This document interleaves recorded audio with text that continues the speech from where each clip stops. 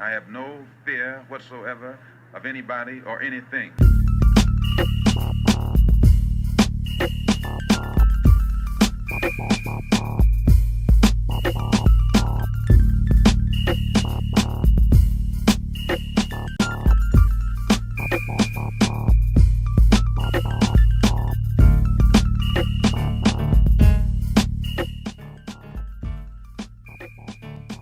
Hey everybody, thank you for joining me once again. Today I'm going to focus on a set of questions from one YouTuber, Jesse Abeyta. His questions are fairly unique and aren't connected to any other questions I've gotten, so I'm going to stay with his for the entire video. It'll probably be relatively short. Jesse asks, I have a question not on the existence of God, but about the benefit of religious ceremony. Do you believe that Catholic procedure, like the anointing of the sick, can help bring comfort to the dying, or that a requiem can bring comfort to the people who have lost loved ones? Also, if a loved one asked you as their dying wish to lead a prayer for them at their funeral, would I do it? So let's get to the first part of the question about Catholic procedures like anointing the sick. Of course they do. I don't think that rituals like the anointing of the sick or requiems and things like that have anything to do with the validity of the theory behind them. I don't think whether or not a God exists, whether or not that this ritual has any true reflection of spiritual reality, I don't think any of that really matters. What really matters is the connection it has to the afflicted. So if a person is sick and is a believer, I think it is the connection between them and what they believe to be reality, to believe to be their relationship with their community, with their church, with their God, that gives the power to the ritual. So whether or not there is a God doesn't matter if the person who is receiving the ritual is affected by the ritual and feels that they are communicating in a relationship with either their deity or their pastor or their community. It affects them greatly, regardless of whether or not I or anybody else feels that it's based in reality. So I think it's undeniable that religious ritual has value to those involved in it. I think to deny that would be denying reality.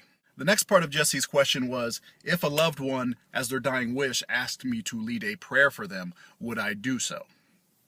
Short answer is no. Short answer isn't the whole story.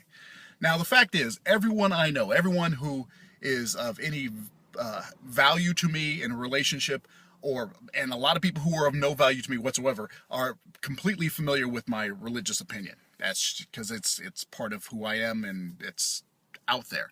So it is very unlikely that any of my loved ones would ask me to lead a prayer for them at their funeral. Except one person. That would probably be my mother.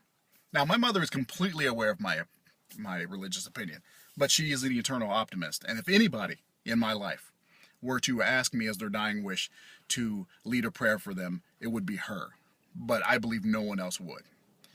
And even though I've already said that I would not do so, if my mother asked me as her dying wish to lead a prayer for her, I would lie to her and tell her that I would. I feel no obligation to the dead to fulfill their wish. The contracts are broken at the time of death. I have no moral obligation to fulfill a dead person's wishes. But I do feel a moral obligation to comfort my loved ones while they are living. And so if my mother were to ask, as her dying wish, for me to lead a prayer for her, I would say, of course I would, Mother. Of course I would. I would lie to her. Now, once she is gone and it comes time to deal with the funeral, I would not lead a prayer. I may speak on her behalf, of course, but leading a prayer at the actual funeral would be disrespectful on many levels, both to myself and to the people involved, because, again, I am who I am. And I can only go so far. So when it comes to actually comforting the dying, I would lie, and I would do what I could to comfort my loved one as they are dying. But I would not go that extra level to try to lie to myself even more after the person is gone and actually engage in a prayer ceremony or lead a prayer ceremony with people who do believe, because that would be disrespectful both to them and to me on a level beyond not fulfilling my loved one's wishes. For me, it really comes down to where my moral obligation is, and comforting the living, in this case my loved one, is very important. But comforting the other living, the other people involved in the funeral, is not as much an obligation. These are adults. They can deal with the reality of the situation. I feel no need to lie to them for their benefit because my mother, before she died, asked me to. I wouldn't do so. But I'm not above lying about these types of things, because for me it's about comforting the living. I'll give you an example that is a 100% true story. I have a goddaughter. Yes, I have a goddaughter, ironic as it is.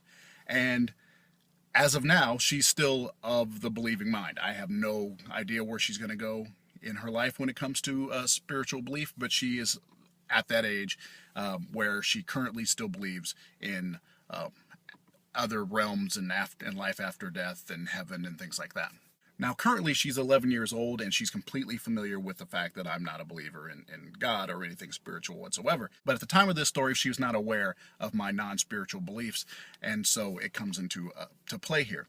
Several years ago, 3 or 4 years ago, when she was about 8 years old, we had to put her dog to sleep.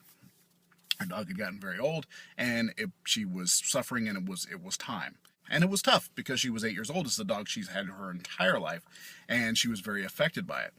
And so afterwards, later on, just sitting around talking, we were just hanging out, she asked me very plainly, do I think that Isabel is in doggy heaven?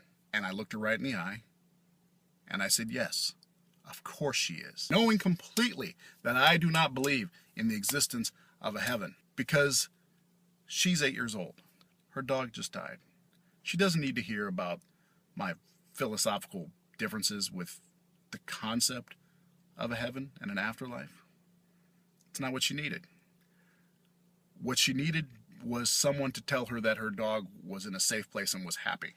And so I lied and told her what she needed to hear. Not about me. It's about what she needed. And so in proper circumstances, I have no problem with lying to a loved one in order to comfort them and give them what they need. But after death, there's no obligation. There's no obligation to the other grievers who are adults and can deal with their own spiritual needs on their own. They don't need me for that. And so the answer is no. I would not lead a prayer at the funeral of a loved one. And honestly, I don't think they'd want me to. It's my job, that's what I do! I don't lose! I win! Is there no one on this planet to even challenge me? Maybe you came by to congratulate me on last night's victory.